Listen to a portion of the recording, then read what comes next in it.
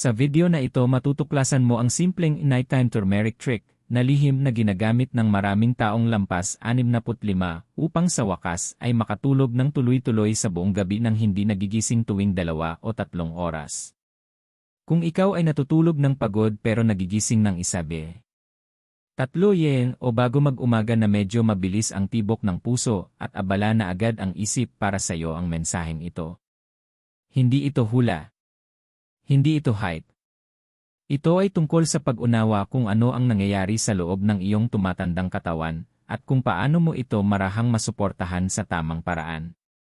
At kailangan mong panoorin ang video na ito hanggang sa dulo dahil ang huling bonus tip ay isang bagay na hindi pa naririnig ng karamihan sa mga nakatatanda at maaaring iyon ang nawawalang piraso na magbabago ng iyong mga gabi. Karamihan ay nakatuon lang sa turmeric mismo. Pero may isang maliit na adjustment, isang makapangyarihang dagdag na nagiging dahilan ng pagkakaiba sa pagitan ng hindi ito gumagana at bakit ngayon ko lang nalaman ito. Tapat na tanong.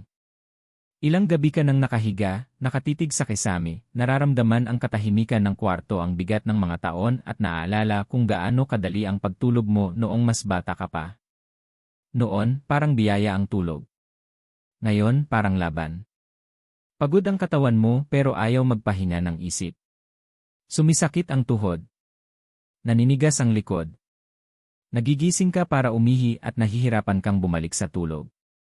At sa umaga, hindi ka refreshed, pakiramdam mo ubos ka. Ang pagkapagod na yon ay hindi lang pisikal. Umaabot ito sa emosyon mo. Sa pasensya mo. Sa saya mo. Nakakaapekto ito sa pakikitungo mo sa asawa mo. Sa pakikipag-usap mo sa mga apo mo. Sa nararamdaman mo tungkol sa sarili mo. Ang kakulangan sa malalim na tulog pagkatapos ng 65 ay unti-unting kumakain ng enerhiya mo sa araw at marami ang tinatanggap na lang ito bilang inormal na pagtanda. Pero paano kung hindi mo kailangang tiisin ito? Kung ikaw ay 65 pataas at pagod ka na sa putol-putol na tulog, mag-comment ng "Yeah" ngayon mismo. Gusto kong makita kung ilan sa inyo ang seryosong bawiin ang inyong mga gabi. At sabihin mo rin saan ka nanonood ngayon? Nasa Manila ka ba? California? Toronto? London? Lagos? Sydney? Isulat ang iyong lokasyon sa comments. Gumagawa tayo ng isang global na komunidad ng mga nakatatanda na ayaw sumuko sa kanilang kalusugan. Ang channel na Gintong Sustansya ay umiiral para sa isang dahilan, bigyan ka ng praktikal, siyentipikong kaalaman na nirerespeto ang iyong edad, karanasan, at katawan. Kung mahalaga ito sa iyo, mag-subscribe ngayon at pindutin ang notification bell para hindi ka mahuli sa mga aral na maaaring magbago ng buhay. At pakilik ang video, makakatulong ito para maabot ang iba pang nakatatanda na tahimik na nahihirapan sa pagtulog. Samahan mo ako. Makinig kang mabuti. Dahil ngayong gabi, maaaring maintindihan mo na kung bakit nagbago ang tulog mo at kung ano ang maaari mong gawin tungkol dito, simula ngayon. Paglampas mo ng 65, may isang bagay na tahimik na nagbago sa loob ng iyong katawan. Hindi mo ito agad napansin. Unti-unti itong nangyari taon-taon. Pareho ka pa ring natutulog sa parehong oras. Pareho ka pa ring humihiga sa parehong paraan. Pero iba na ang pakiramdam ng tulog. Nakakatulog ka tapos bigla kang magigising sa gitna ng gabi. Walang ingay. Walang emergency. Bigla ka na lang gising. Minsan 2 din, minsan 3 oras 17 minuto yan. Minsan 4 oras 3 minuto yan. At kapag gising ka na, nagsisimula ng gumalaw ang isip mo. Dumarating ang mga iniisip. Mga alaala. Mga alalahanin. Mga pagsisisi. Mga plano. Pagod ang katawan mo pero ayaw mag-off ng utak mo. Hindi ito imahinasyon. Ito ay biology. Ipinaliwanag ng mga sleep experts na habang tayo ay tumatanda, nagbabago ang sleep architecture natin. Ang malalim at restorative na bahagi ng tulog, yung nagre-repair ng muscles, nagbabalance ng hormones, at naglilinis ng toxins sa utak, ay natural na nababawasan. Kumukonti ang produksyon ng melatonin. Nagbabago ang circadian rhythm. Nagiging mas sensitibo ka sa kahit maliit na discomfort. At nandyan din ang inflammation. Paglampas ng 65, karamihan sa mga tao ay may low-grade chronic inflammation. Maaari itong magpakita bilang paninigas ng daliri sa umaga, pananakit ng tuhod sa gabi, sakit sa ibabang likod, o kahit brain fog sa araw. Ang hindi alam ng marami, ang inflammation ay hindi natutulog. Tahimik nitong pinapataas ang stress hormones tulad ng cortisol, lalo na sa madaling araw. Yung paggising mo ng 3 oras. Madalas iyon ay dahil mas maagang tumataas ang stress hormones mo. Ipinaliwanag ng mga eksperto sa pagtulog na ang mga nakatatanda ay nakakaranas ng pagbaba ng slow wave sleep, ang pinakamalalim at pinaka-restorative na yugto ng tulog. Kapag kulang ka nito, mas madali kang magising. Mas hindi ka refreshed. At minsan, mas emosyonal o balisa ka kinabukasan. At masakit na bahagi nito. Nagsisimula kang mag-isip, ganito na lang ba talaga ang buhay ko? Ganito ba talaga ang pagtanda? Pero makinig ka, karaniwan ang hirap sa pagtulog pagkatapos ng 65. Pero hindi ibig sabihin na kailangan mo itong pagtiisan ng walang tulong. Kung madalas kang magising sa pagitan ng 2 at 4, mag-type ng 2 sa comments ngayon. Maging tapat ka. Hindi ka nag-iisa. At sabihin mo rin saan ka nanonood ngayon? Ilagay ang bansa mo sa comments. Gusto kong makita kung gaano kalayo ang naabot ng mensaheng ito. Ang putol-putol na tulog ay nakakaapekto sa lahat. Pinapahina nito ang immune system mo. Pinapataas ang blood pressure. Pinapalala ang joint pain. Nakakaapekto sa memorya. Pinapataas pa ang risk ng depression. At habang tumatagal ito, lalo pang nahihirapan ang katawan mong makabawi. Pero ito ang mahalagang katotohanan. Kung ang inflammation at pagbabago sa hormones ay bahagi ng problema, kung gayon ang pagpapakalma sa inflammation at pagpapatatag ng katawan mo sa gabi ay maaaring maging bahagi ng solusyon. Dito pumapasok ang turmeric, hindi bilang milagro kundi bilang isang makapangyarihang suporta kapag ginamit ng tama. Kung may natutunan ka na, i-like mo ang video ngayon. Nakakatulong ito para mas maraming nakatatanda ang makakita ng praktikal na payo sa kalusugan. At kung hindi ka pa nakasubscribe, mag-subscribe na sa Gintong Sustansya. Direktang nagsasalita kami para sa yugto ng buhay mo, walang paligoy-ligoy, walang peking pangako, puro katotohanan lang. Manatili ka. Dahil ngayong naintindihan mo na kung bakit nagbabago ang tulog pagkatapos ng 65, handa ka nang maintindihan kung paano kumikilos ang turmeric sa loob ng iyong katawan, at kung bakit napakahalaga ng tamang timing. Ngayon, mas lalaliman pa natin. Ang turmeric ay hindi lang basta dilaw na pampalasa na nakatago sa kusina mo. Sa loob ng gintong pulbos na iyon ay may makapangyarihang compound na tinatawag na curcumin at dito nagsisimula ang tunay na kwento. Paglampas ng 65, ang katawan mo ay nakikipaglaban sa maliliit na laban araw-araw. May mga mumunting apoy ng inflammation na tahimik na nagliliyab sa iyong mga kasukasuan sa iyong mga ugat at kahit sa iyong utak. Hindi mo man ito nakikita, nararamdaman mo ito. Ang paninigas kapag tumatayo ka. Ang bigat ng mga binti mo sa gabi. Ang kirot na hindi tuluyang nawawala. Ayon sa mga eksperto, ang curcumin ay may malalakas na anti-inflammatory at antioxidant na katangian. Ibig sabihin, tinutulungan nitong pahupain ang mga apoy sa loob ng katawan at protektahan ang iyong mga selula laban sa pinsalang dulot ng oxidative stress. Bakit ito mahalaga sa pagtulog? Dahil ang inflammation ay hindi nananatili sa isang lugar lang. Kapag tumataas ang mga inflammatory chemicals sa katawan, naapektuhan ang kakayahan ng utak mo na i-regulate ang melatonin, ang hormone ng tulog. Maaari nitong dagdagan ang discomfort. Maaari nitong pataasin ang cortisol. Maaari nitong gawing bahagyang alerto ang nervous system mo kahit pagod ka na. Isipin mong sinusubukan mong matulog habang may mahinang alarm na tumutunog sa loob ng katawan mo. Ganyan nararamdaman ng utak ang chronic inflammation. Tinutulungan ng curcumin na pababain ang mga inflammatory markers tulad ng cytokines. Kapag humupa ang mga ito, saka palang makakapasok ang katawan mo sa repair mode. Mas kumakalma ang kasukasuan mo. Mas madaling mag-relax ang mga kalamnan. Hindi na gaanong alerto ang utak mo. At may magandang nangyayari. Hindi mo na kailangang ipaglaban ang pagtulog. Hindi ka na biglang nagigising. Mas madali kang bumalik sa pahinga. May mga pag-aaral din na nagpapakita na maaaring makatulong ang curcumin sa mga brain chemicals na may kinalaman sa mood. Paglampas ng 65, magkaugnay ang mood at tulog. Kapag mabigat ang pakiramdam mo o puno ng alalahanin, kadalasang naapektuhan ang gabi mo. Kapag bumaba ang inflammation, kadalasang bumagaan din ang emosyon. Kung naniniwala kang maaaring tahimik na naapektuhan ng inflammation ang tulog mo, mag-type ng inflammation sa comments. At sabihin mo ulit saan ka nanonood. Ilagay ang bansa mo. Tignan natin kung ilan ang magkakasamang naglalakbay na ito. Pero makinig, ang turmeric ay hindi parang sleeping pill na agad-agad ang epekto.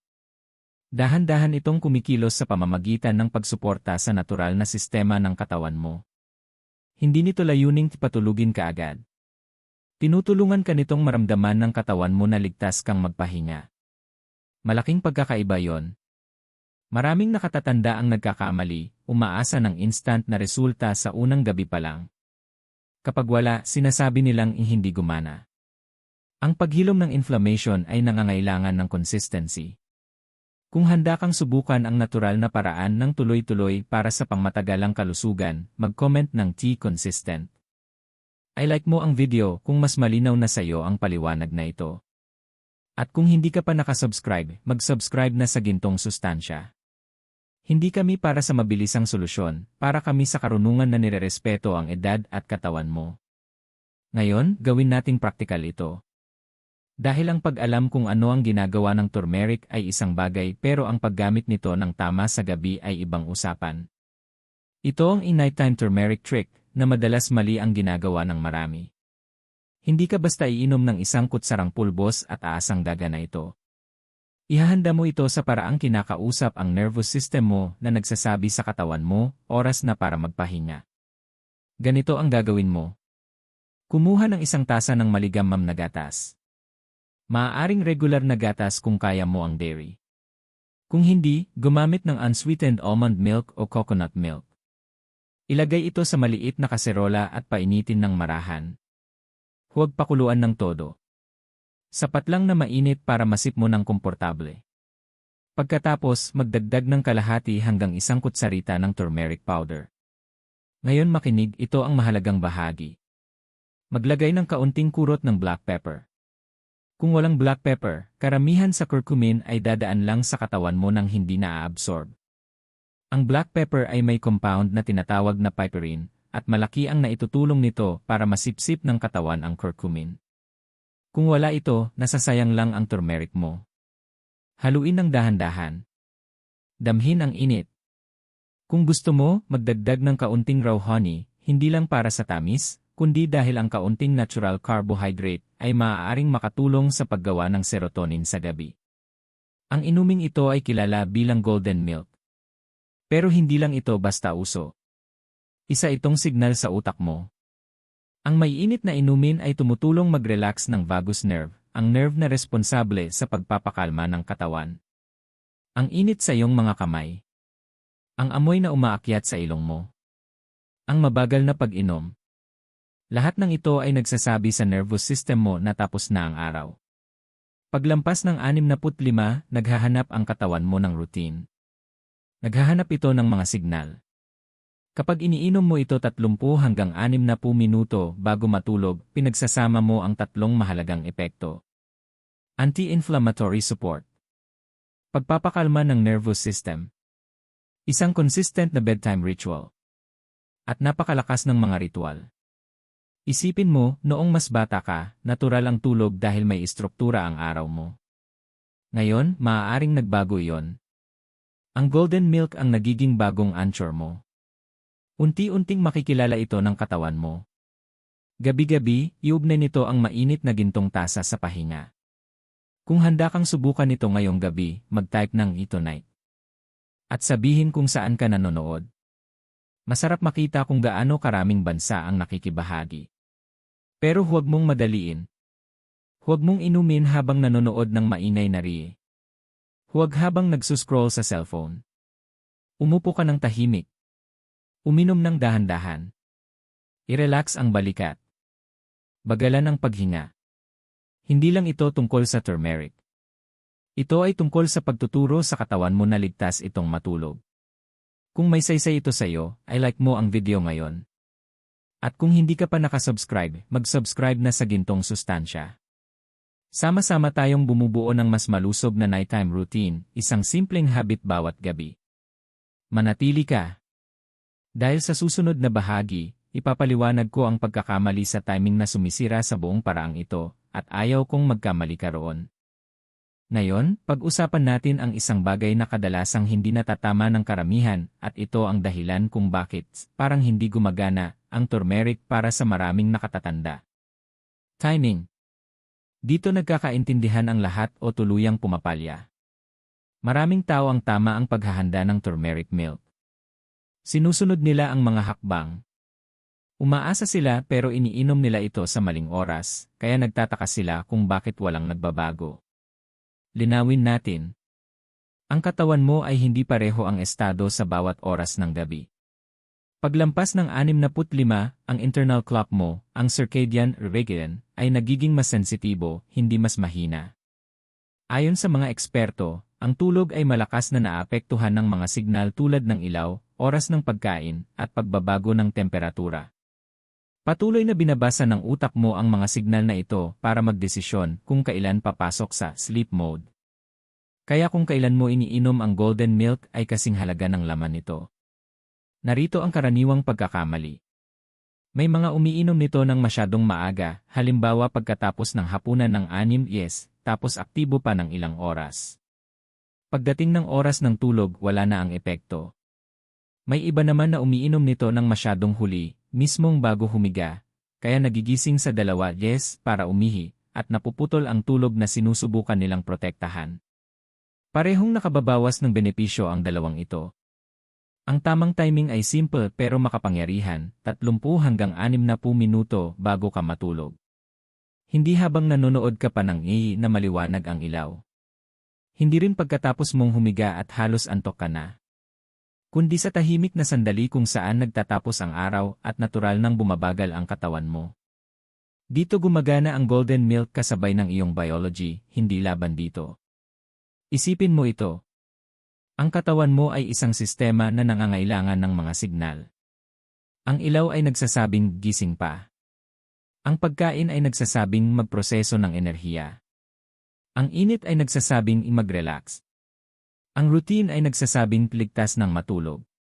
Kapag ininom mo ang turmeric milk sa tamang oras, pinagsasama-sama mo ang mga signal na ito. Malinaw mong sinasabi sa nervous system mo, tapos na ang trabaho ng araw. Kung sanay kang kumain o uminom bago matulog, maging tapat sa comments at mag-type ng late night. At sabihin mo ulit saan ka nanonood. Ilagay ang bansa mo. Tignan natin kung gaano kalawak ang problemang ito sa tulog. Makinig ka. Kahit gaano kaganda ang recipe ng turmeric, hindi nito kayang lampasan ang magulong night routine. Kung exposed ka pa rin sa maliwanag na screen, stress, o hindi regular na oras ng tulog, mananatiling alerto ang utak mo. Kaya ang timing ay hindi lang tungkol sa inumin, kundi sa kapaligirang ginagawa mo sa paligid nito. Kung nagiging malinaw na ito sa'yo, ay like mo ang video ngayon. At kung hindi ka pa nakasubscribe, mag-subscribe na sa Gintong Sustansya. Hindi lang kami nagbibigay ng remedy, tinuturuan ka rin namin ng mga habit para gumana ang mga ito. Manatili ka. Dahil susunod, pag-uusapan natin ang isang mas mahalagang koneksyon, ang ugnayan ng turmeric at joint pain na hindi napapansin ng marami, pero nakakaapekto sa tulog gabi-gabi. Ngayon, pag-usapan natin ang isang bagay na totoong totoo at tahimik na dinaranas ng maraming nakatatanda gabi-gabi. Sakit. Hindi yung sakit na agad kang dadalhin sa ospital, kundi yung mabagal, paulit-ulit, at hindi nawawala. Ang pananakit ng tuhod kapag ikot ka sa kama. Ang paninigas ng balakang kapag naghahanap ka ng komportableng posisyon. Ang sakit sa ibabang likod na nagpaparamdam sa tuwing gagalaw ka. At ito ang katotohanang hindi napapansin ng marami. Maraming problema sa tulog pagkatapos ng 65 ay problema pala ng sakit na nakatago lang. Hindi ka lang laging nagigising dahil sa isip mo. Minsan, nagigising ka dahil hindi komportable ang katawan mo. Ayon sa mga eksperto, ang chronic joint inflammation ay isa sa pinakakaraniwang dahilan ng putol-putol na tulog sa mga nakatatanda. Ang mga kondisyon tulad ng arthritis ay hindi lang nakakaapekto sa galaw sa araw, tahimik din itong ginugulo ang pahinga mo sa gabi. Isipin mo ito. Nakakatulog ka na pero naninigas ang tuhod mo. Sumasakit ng kaunti ang balikat kapag gumalaw ka. Humihigpit ang ibabang likod mo sapat para magising ka. Ikot ka. Aayos ka. Bahagya kang magigising. At bago mo pa mapansin, tuluyan ka ng gising. Gabi-gabi na ulit ito. At sa paglipas ng panahon, inaasahan na ito ng utak mo. Kaya bago pa man tuluyang magising dahil sa sakit, nagiging mababaw na ang tulog mo bilang paghahanda. Dito muling nagiging mahalaga ang turmeric, hindi bilang lunas, kundi bilang suporta. Ang curcumin, ang aktibong sangkap ng turmeric, ay pinag-aralan dahil sa kakayahan nitong makatulong sa pagbawas ng inflammation sa mga kasukasuan. Kapag bumaba ang inflammation, maaaring mabawasan ang paninigas. Mas gumagaan ang galaw. Mas nababawasan ang pressure sa joints. At kapag mas komportable ang katawan mo, natural na mas hindi napuputol ang tulog mo. Mas kaunti ang pag-ikot. Mas kaunti ang pag-adjust. Mas kaunti ang paggising. At may mahalagang nangyayari, nagsisimulang magtiwala ulit ang utak mo sa tulog. Kung ang joint pain ang gumigising sa iyo sa gabi, mag-type ng C-pain sa comments ngayon. Maging tapat ka. Karaniwan ito pagkatapos ng 65. At sabihin kung saan ka nanonood. Gusto kong makita kung paano iba't ibang bansa ang nakakaranas ng parehong hamon. Pero makinig ka. Ang turmeric ay hindi instant painkiller. Hindi nito agad binubura ang taon ng pagkasira ng joints. Ang ginagawa nito ay unti-unting pinapakalma ang inflammation na nagpapalala ng sakit. Kaya mas mahalaga ang consistency kaysa intensity. Ang maliit pero araw-araw na suporta ay mas epektibo kaysa paminsan-minsang matinding effort. Kung naiintindihan mo na magkaugnay ang tulog at sakit, i-like mo ang video ngayon. At kung hindi ka pa nakasubscribe, mag-subscribe na sa Gintong Sustansya. Nakatuon kami sa totoong problema na nararanasan mo gabi-gabi. Manatili ka. Dahil sa susunod na bahagi, pag-uusapan natin ang mas malalim pa, kung paano naapektuhan ng turmeric ang isip mo sa gabi, lalo na kapag ang anxiety at sobrang pag-iisip ay tahimik na kumukuha ng tulog mo. Ngayon, pag-usapan natin ang isang bagay na hindi nakikita pero malalim na nararamdaman ng maraming nakatatanda sa gabi. Ang isip mo. Dahil minsan, hindi ang katawan ang tumatangging matulog kundi ang utak na ayaw tumahimik. Humihiga ka, pinipikit mo ang mga mata mo at sa umpisa ay tahimik ang lahat. Pero dahan-dahan, nagsisimulang pumasok ang mga iniisip. Isa-isa. May naaalala ka mula sa nakaraan. Iniisip mo ang mga anak mo. Nag-aalala ka tungkol sa pera, kalusugan, kinabukasan. Binabalikan mo ang mga usapan na sana iba ang naging takbo. At bigla nawawala ang antok. Napakakaraniwan nito pagkatapos ng 65. At hindi lang ito simpleng sobra kang nag-isip. Ito ay kung paano tumutugon ang tumatandang utak sa stress at emosyonal na alaala. Sa yugtong ito ng buhay, mas nagiging sensitibo ang utak sa mga emosyonal na alaala. Ibig sabihin, ang mga alalahanin ay hindi basta dumadaan, mas tumatagal sila. At kapag ang nervous system mo ay bahagyang aktibo pa rin sa gabi, nagiging mababaw at madaling magising ang tulog. Kahit maliit na bagay, tunog, iniisip, pakiramdam sa katawan, pwedeng magpagising sa iyo ng tuluyan.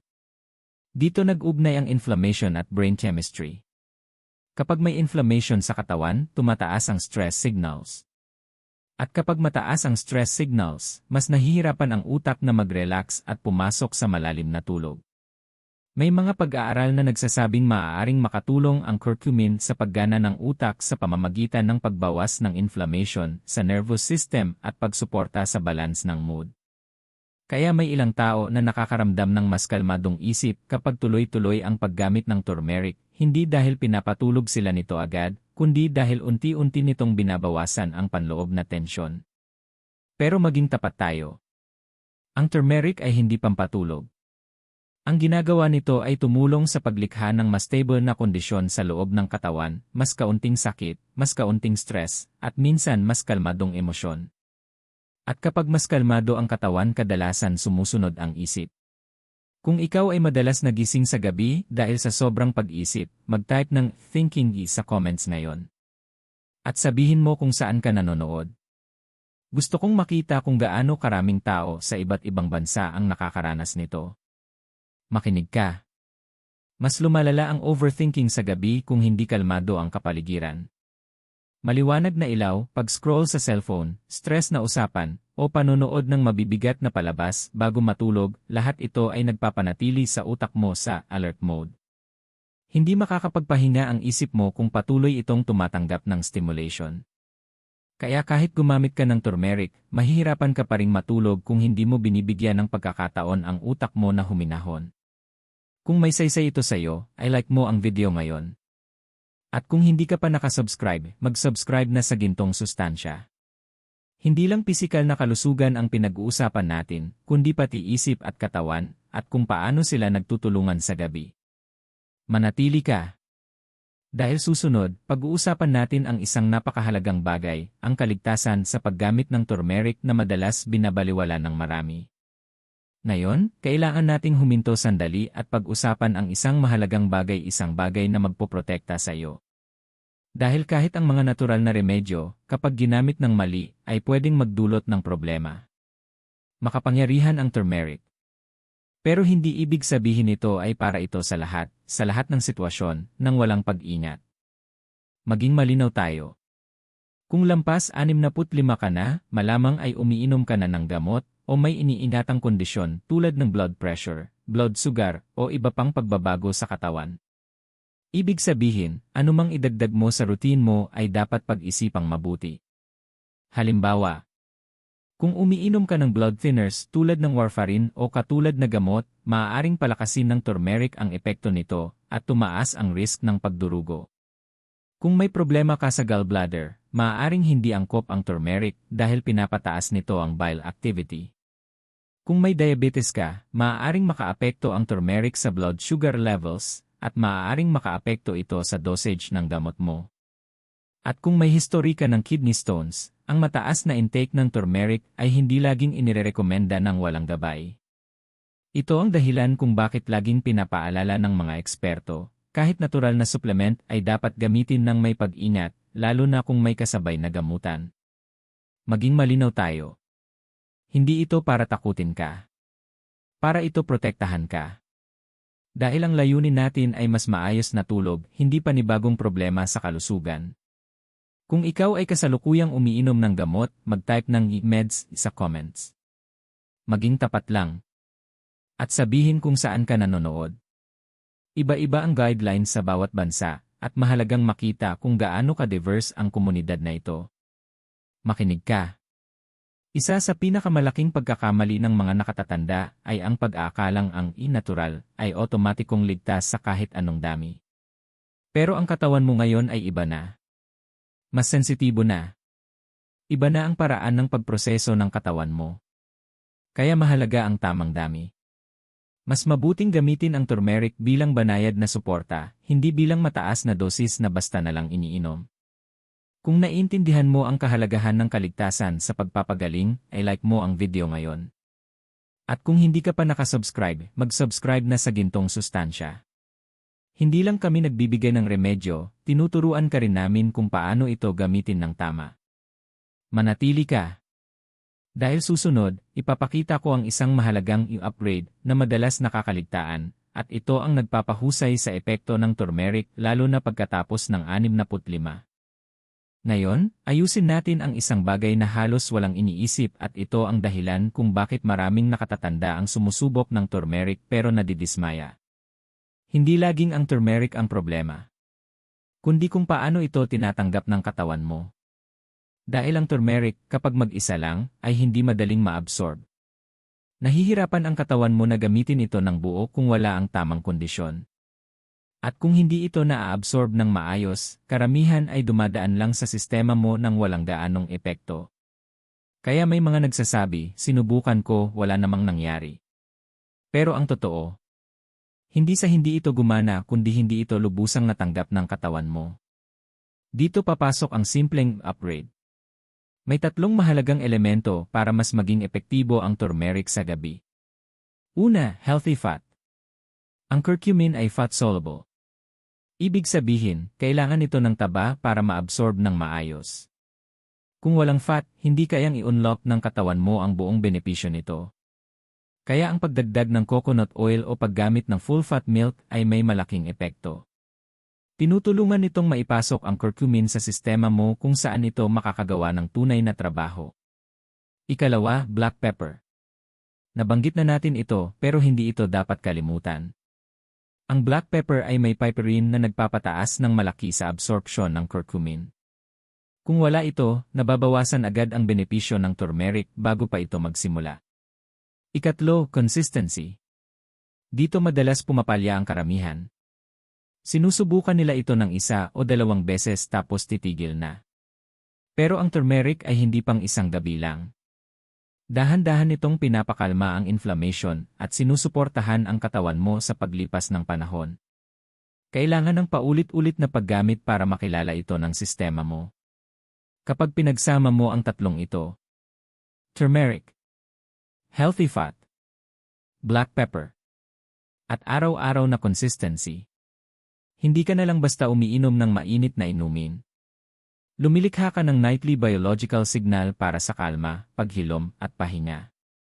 Kung ngayon mo lang nalaman ang tungkol sa fat absorption, mag-type ng "nili" sa comments. At sabihin mo ulit saan ka nanonood. Gusto kong makita kung gaano kalayo ang naabot ng mensaheng ito. Makinig ka. Maraming nakatatanda ang sumusuko agad dahil umaasa sila ng instant na resulta. Pero sa yugtong ito ng buhay, mas tumutugon ang katawan sa banayad pero tuloy-tuloy na gawain kaysa sa isang beses na malakas na effort. Isipin mo na parang tinuturuan mo ulit ang katawan mo na makaramdam ng kaligtasan sa gabi. Kung mas malinaw na ito sa iyo, ay like mo ang video ngayon. At kung hindi ka pa nakasubscribe, mag-subscribe na sa gintong sustansya. Gumagawa tayo ng simpleng health habits na akma sa totoong buhay pagkatapos ng 65. Manatili ka. Dahil ito na ang huling bahagi at ito ang kadalasang hindi napapansin ng marami, ang pagbabago sa routine na magdidikta kung gaganda ang tulog mo o mananatiling pareho. Ngayon, narito na tayo sa pinakamahalagang bahagi ng video na ito at maraming nakatatanda ang nakakaligtaan ito. Dahil kahit uminom ka ng turmeric milk, kahit tama ang timing, kahit may black pepper at fat, may isang bagay pa rin na pwedeng tahimik na sumira sa tulog mo gabi-gabi. Ang routine mo. Maging tapat tayo. Hindi kayang talunin ng turmeric ang kaguluhan. Kung hindi consistent ang gabi mo, malilito ang utak mo. At ang litong utak ay hindi nakakapasok sa malalim na tulog. Paglampas ng 65, umaasa ang katawan mo sa ritmo. Kailangan nito ng paulit-ulit na signal araw-araw para mapagkatiwalaan kung ano ang susunod. Pero maraming nakatatanda ang hindi sinasadyang sinisira ang ritmo na ito gabi-gabi. Iba-iba ang oras ng tulog. Nanunood ng sa kama. Nagsuscroll ng cellphone sa gabi. Mahaba ang tulog sa hapon. Kumakain ng mabigat bago matulog. At pagkatapos nagtataka kung bakit hindi maayos ang tulog. Ito ang totoo. Palaging natututo ang utak mo. At kung hindi predictable ang routine mo, mananatili itong bahagyang alerto, naghihintay, nag-aabang. Hindi iyon malalim na tulog. Iyon ay mababaw at madaling magising na pahinga. Ayon sa mga eksperto, ang consistent na oras ng tulog at kontrol sa ilaw ay ilan sa pinakamalalakas na signal para maayos ang internal clock ng katawan. Dahil hindi lang sa iniinom tumutugon ang utak mo. Tumutugon ito sa ginagawa mo gabi-gabi. Kaya narito ang simpleng nightly structure na talagang nakakatulong. Una, bawasan ang maliwanag na ilaw sa gabi. Hindi kailangang madilim, sapat na ang mas malambot at mainit na ilaw. Ikalawa, iwasan ng screens kahit 1 oras bago matulog. Nililin lang nito ang utak mo na isipin na araw pa rin. Ikatlo, inumin ang turmeric drink 30 hanggang 60 minuto bago matulog. Ito ang magiging signal mo na papalapit na ang pahinga. Ika-4, panatilihing pareho ang oras ng tulog at gising. Kahit weekend. Kahit gusto mong magbawi ng tulog. Ikalima, gawing tahimik, malamig at komportable ang kwarto. Mas natutulog ng maayos ang utak kapag pakiramdam nito ay ligtas ang kapaligiran. Ngayon makinig ka. Hindi mo kailangan ng perpekto. Kailangan mo ng paulit-ulit. Dahil kapag pare-pareho ang signal na nararanasan ng katawan mo gabi-gabi, may mangyayaring mahalaga. Titigil itong lumaban sa tulog. Sisimulan itong asahan ito. Kung handa kang subukan ang routine na ito sa loob ng 14 na araw, mag-type ng 14 na days sa comments. Mangako ka sa sarili mo. At sabihin mo ulit saan ka nanonood. Tingnan natin kung gaano kalayo ang narating ng mensaheng ito. Kung nabuksan ang video na ito ang isip mo, i-like mo ito ngayon. At kung hindi ka pa nakasubscribe, mag-subscribe na sa Gintong Sustansya. Nagbabahagi kami ng praktikal at totoong gabay para sa iyong yugto ng buhay. Dahil ang tulog mo ay hindi nawawala. Naghihintay lang itong mabuo muli isang kalmadong gabi sa bawat pagkakataon.